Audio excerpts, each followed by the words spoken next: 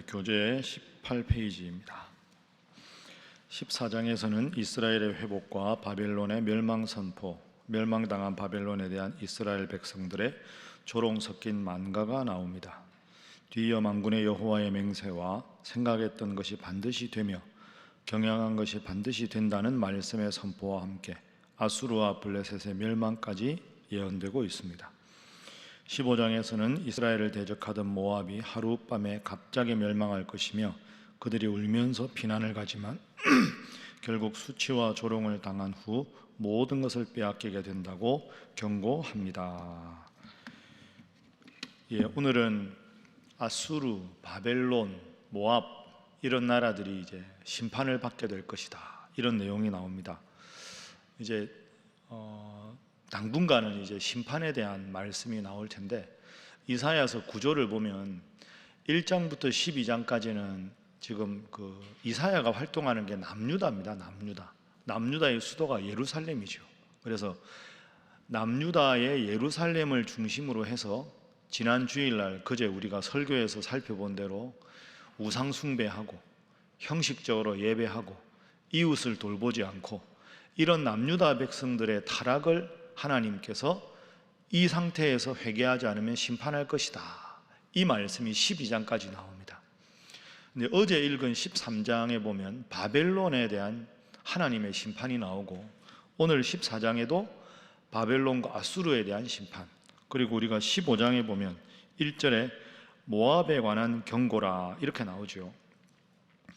16장 지나 17장 1절에 보면 다메섹에 대한 경고라, 18장의 1절에 보면 슬프다 구스의 강이여, 19절에 보면 애굽에 대한 경고라. 그러니까 지금 구조가 어떻게 되냐 하면 1장부터 12장은 남유다가 회개하지 않으면 심판을 받을 것이다. 13장부터 23장까지는 남유다를 포함한 그 주변 10개 나라도 회개하지 않으면 심판을 받을 것이다, 이게 계속됩니다. 방금 제가 말씀드린 대로 아수르에 대한 경고, 모압에 대한 경고, 애굽에 대한 경고, 하나님 섬기고 돌아오지 않으면 심판을 받는다.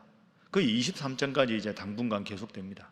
그 24장부터 뒷부분에 가보면 메시아이신 예수님께서 이 땅을 회복시키겠다, 이 말씀이 나옵니다. 여러분 전체 구조를 한번 딱 머릿속에 생각해 보시면 예수님께서 이 세상에 회복시키러 오신다는 말씀은 회복되기 전에 심각한 죄악이 있는 걸 전제하고 있습니다. 남유다의 심각한 죄악, 열방의 심각한 죄악, 돌이키지 않으면 심판하신다. 그러나 심판으로 끝나는 게 아니라 하나님은 사랑의 하나님이시라 언젠가 예수님을 보내셔서 회복시키실 것이다. 그 이전에 열방의 죄악에 대한 경고가 오늘 어제부터 계속되고 있습니다. 그래서 당분간 이 심판, 멸망 이런 단어가 나오더라도 여러분이 그런 맥락에서 이해하시면 되겠습니다. 첫 번째 오늘 본문을 통한 기도 제목은 모진 시련을 잘 견디게 하소서 하는 것입니다. 모진 시련을 잘 견디게 하소서.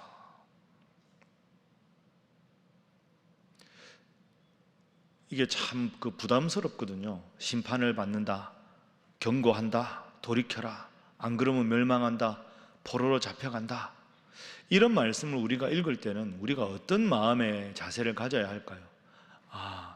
이게 다 회복을 위한 준비 단계다. 주님께서 언젠가 다시 와서 다 회복시키실 것이다. 그러면 주님께서 정한 때 회복될 때까지는 핍박도 계속되고 시련도 계속되고 아픔도 계속된다. 이걸 잘 이겨야 한다. 가을에 농부가 기쁘게 추수를 하려면 한여름에 떼약볕에 김도 매야 되고 여러 가지 수고하는 농사 짓는 과정을 겪어야 합니다. 그 과정을 힘들다고 해서 포기하면 가을에 수확을 못하게 되는 거죠. 그래서 모진 시련이 계속되는 것은 그런 의미가 있습니다. 자, 오늘 본문 말씀의 14장 1절 2절 보십시오. 여호와께서 야곱을 긍휼히 여기시며, 야곱은 이스라엘 백성을 뜻하죠. 이스라엘을 다시 택하여, 다시 택했다는 말은 중간에 심판을 받는다 하는 거죠. 그들의 땅에 두시리니 나그네 된 자가 야곱 족속과 연합하여 그들에게 예속될 것이며 민족들이 그들을 데리고 그들의 본토에 돌아올 것이다. 본토에 돌아온다 하는 말은 남유다가 하나님의 심판을 받아서 바벨론의 포로로 잡혀가게 될 것이다. 그런데 바벨론 포로로 가서 70년이 차면 2절 그들의 본토에 돌아오게 될 것이다. 그렇죠? 그러니까 회복까지는 충분한 시간이 걸린다. 그러니까 그 회복까지의 모진 시련을 잘 견디는 것이 필요하다 하는 겁니다. 코로나가 참 오래 계속되지요. 이렇게 오래될 줄 우리도 기대하지 않았는데 코로나가 오래된다고 해서 우리 삶이 힘들다고 해서 하나님을 향한 마음을 닫아버리거나 하나님을 향해서 등을 돌리거나 그래서는 안 되겠죠. 여러분, 말이 출애굽이지요. 이 애굽에서 430년 동안 노예 생활을 했다는 게 보통 일이 아닙니다. 그러면 그 사이에 태어나서 죽을 때까지 노예 생활만 하던 사람들이 얼마나 많았겠습니까? 그러니까 어떻게 보면 성경은 우리에게 좀 더 여유를 가지고 길게 기다릴 것을 말합니다. 포로 생활 70년, 말이 70년이지 우리는 우리 땅에서 일본이 와서 36년간 통치했지만 지금도 그 상처가 남아있는데 6.25 전쟁 3년의 상처가 지금도 남아있는데 이방 땅에 잡혀가서 70년은 상상도 못할 그런 기간입니다. 여러분의 삶에도 크고 작은 시련과 아픔이 있습니다. 그러나 성경은 그래도 하나님은 반드시 회복시키신다. 시련이 모지러도 우리가 기대하는 것보다 훨씬 길어도 하나님은 반드시 회복시키신다. 이 믿음 가지시고 어렵지만 모진 시련 잘 이겨나가시는 여러분 되시기를 주님 이름으로 축복합니다. 자, 두 번째 기도 제목은 내 부족함과 죄악을 바로 살피게 하소서 하는 것입니다. 내 부족함과 죄악을 바로 살피게 하소서. 그 모진 시련의 기간 동안에 그저 기다리는 게 아니죠. 그저 기다리기만 하면 한없이 힘들고 한없이 지루합니다. 그 사이에 하나님이 정한 때가 아직 오지 않았을 때 내가 좀 더 하나님 앞에 회개하고 반성하고 돌이켜야 할 것이 무엇인가를 적극적으로 살펴보는 과정이 필요합니다. 그래야 그 과정에 의미가 있지 않겠습니까? 자, 오늘 14장 말씀에 바벨론에 대한 경고입니다. 그러니까 이 이사야 초기에는 바벨론이 강대국이 아니었는데 장차 바벨론이 강대국이 돼서 남유다를 멸망시키지요. 그래도 남유다도 바벨론도 언젠가 멸망할 것이다 하는 게 14장인데 13절 보십시오. 14장 13절 12절부터 제가 읽어보겠습니다. 너 아침의 아들 계명성이여 내가 어찌 하늘에서 떨어졌으며 하늘에 있다가 떨어졌다 멸망당한다는 뜻이죠. 너 열국을 엎은 자여 어찌 그리 땅에 지켰는고 열국을 엎을 정도로 강대하다가 나라가 망해서 땅에 지켰다. 너 스스로 너의 마음이 이르기를 내가 하늘에 올라 하나님의 뭇별 위에 내 자리를 높이리라. 내가 북극 지폐 산 위에 앉으리라. 가장 높은 구름에 올라가 지극히 높은 이와 같아지리라 하는도다. 그러니까 바벨론이 전성기가 됐을 때 한없이 교만하게 될 것이다 이런 뜻 아닙니까? 열국을 다 집어삼키고 다른 나라들을 병합하면서 우리나라 우리 제국이 최고다. 그게 12절부터 13절 14절이죠. 내 자리를 높이고 북극 지폐 산 위에 앉겠다. 산 위는 제일 높은 곳 아닙니까? 근데 하나님이 뭐라고 하십니까? 자, 15절 말씀 함께 읽습니다. 시작.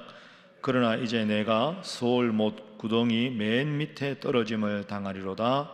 아멘. 구약 성경에 보면 스올이라는 표현이 나오는데 스올은 직역을 하면 음부입니다. 음부. 그러니까 신약으로 말하면 지옥에 뜻한다고 생각하시면 됩니다. 그러니까 바벨론이 아주 교만해서 내가 내 자리를 저 위에 산 위에 높이리라. 뭇별 위에 내가 서리라 하면서 한없이 교만해지면 그래서 하나님조차 부정하고 자기가 잘해서 된 줄로 착각하면 하나님 15절 말씀에 산 위에 올라가 있다고 착각하는 너를 스올, 음부, 지옥 맨 구덩이 맨 밑에 떨어지게 만들어 줄 것이다. 가장 교만한 자를 가장 낮은 자리로 떨어뜨려 버릴 것이다. 이게 하나님의 경고입니다.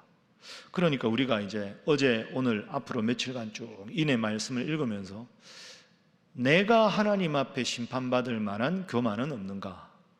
내가 하나님 앞에 심판받을 만한 부족한 점은 없는가? 그걸 나와 연관해서 읽어야 이 말씀이 나에게 새로운 의미로 다가오게 되는 거죠. 나는 과연 겸손한가? 나는 과연 우상을 버리고 오직 하나님만 섬기는가? 스스로 늘 생각하는 게 필요합니다. 하나님을 부정하는 교만한 인생이 얼마나 우리 주위에 많습니까?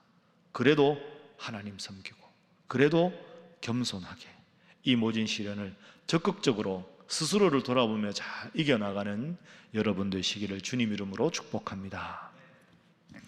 마지막 세 번째 본문의 교훈은 온 세계 경영자는 오직 하나님이시다 하는 것입니다. 온 세계 경영자는 오직 하나님이시다. 바벨론이 득세해도, 페르시아가 세계적인 제국이 되어도, 몽골이 세계의 제국이 되고 로마가 세계의 제국이 되어도 지금 남은 제국이 없지요. 왜? 온 세계 경영자는 그들이 아니라 하나님이시기 때문입니다. 하나님이 온 세계를 주관하신다. 자, 14장 24절 보겠습니다. 14장 24절. 자, 우리 24절 함께 읽습니다. 시작. 만군의 여호와께서 맹세하여 이르시되 내가 생각한 것이 반드시 되며 내가 경영한 것을 반드시 이루리라. 아멘. 내가 생각한 것을 반드시 되게 할 것이다. 내가 경영한 것을 반드시 이루겠다. 이 말씀은 이 온 세계가 힘 있는 왕에게 있는 게 아니라 나에게 있다, 이런 뜻입니다. 그래서 26절 온 세계를 향하여 정한 경영이며 온 세계를 경영하는 것이 나다. 27절 중요한 요절입니다. 만군의 여호와께서 경영하셨은즉 누가 능히 그것을 폐하며 그의 손을 펴섰은즉 누가 능히 그것을 돌이키랴.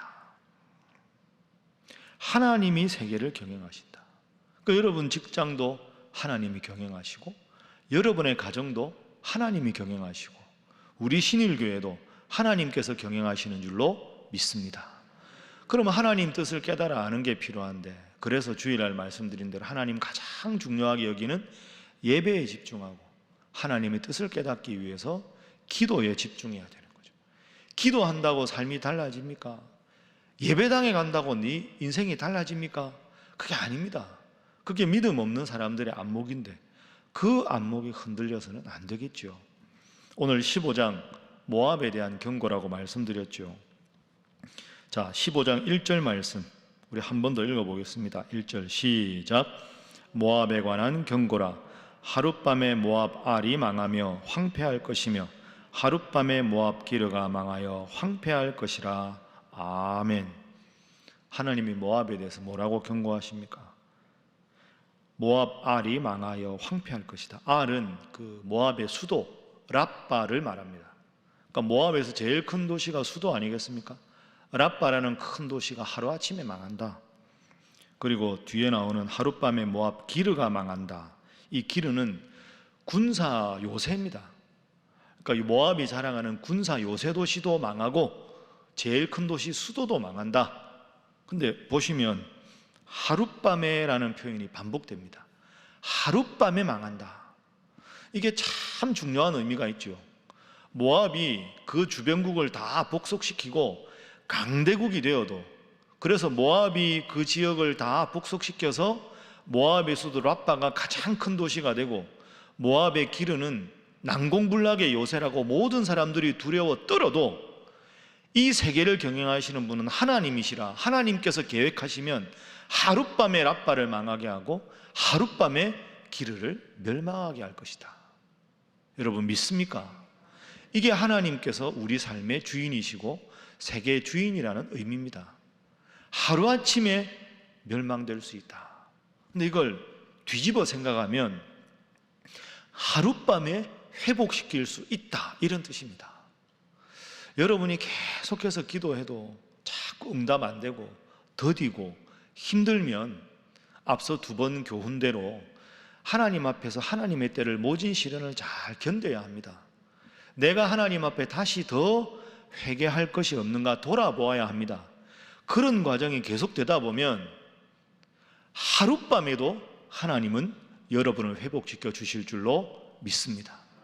수십 년 기도해도 하나님 앞에 돌아오지 않던 사람이 하룻밤에 갑자기 하나님 마음을 바꾸어 주시면 그날부터 하나님 잘 믿는 사람 될 수 있고, 여러분이 정말 가슴 아프고 힘든 문제로 기도해도 응답이 안 되는데 갑자기 어느 날 그 사람 마음이 확 바뀌어서 갑자기 관계가 좋아질 수도 있고, 여러분의 적이 여러분의 우군이 될 수도 있고, 그럼 우리가 할 일은 그날이 올 때까지 포기하지 않고 마음 닫지 않고 기도하는 일인 줄로 믿습니다. 하룻밤에도 우리를 도와주시는 하나님, 제 삶에 역사하시고 그 하룻밤이 언제가 될지 모르지만 그날이 올 때까지 간절하게 소망을 품고 기도하는 자 되게 하옵소서. 그렇게 기도하셔서 정말로 하나님께서 나와 함께 하시는 기쁨을 느끼고 그 기쁨으로 믿음 생활 더 잘 하시는 우리 사력에게 모든 성도 되시기를 주님 이름으로 축복합니다. 기도하겠습니다. 세 가지를 놓고 기도합니다. 하나님, 어렵고 힘든 시기를 겪어갑니다. 모진 시련이 와도 잘 견딜 수 있는 믿음 허락하여 주옵소서. 열방을 심판하시는 하나님의 말씀을 통해 나의 믿음을 점검하게 하시고, 하룻밤에도 심판하시고 하룻밤에도 회복시켜 주시는 하나님 믿고 승리의 그날까지 나아갈 수 있게 하여 주옵소서. 기도하시고 여러분 스스로를 위해서, 또 우리 사랑하는 성도들 중에 회복이 필요하고 정말로 하나님께서 기쁨을 주시기를 간절히 기도하는 성도들이 있습니다. 그들의 형편을 주님 두루 살펴주시고 낙심치 않고 기도하여 회복하시는 하나님의 능력을 체험하게 하여 주옵소서. 다 함께 주님 앞에 기도하겠습니다. 주여 믿습니다. 주여 믿습니다. 주여 믿습니다. 하나님 감사합니다.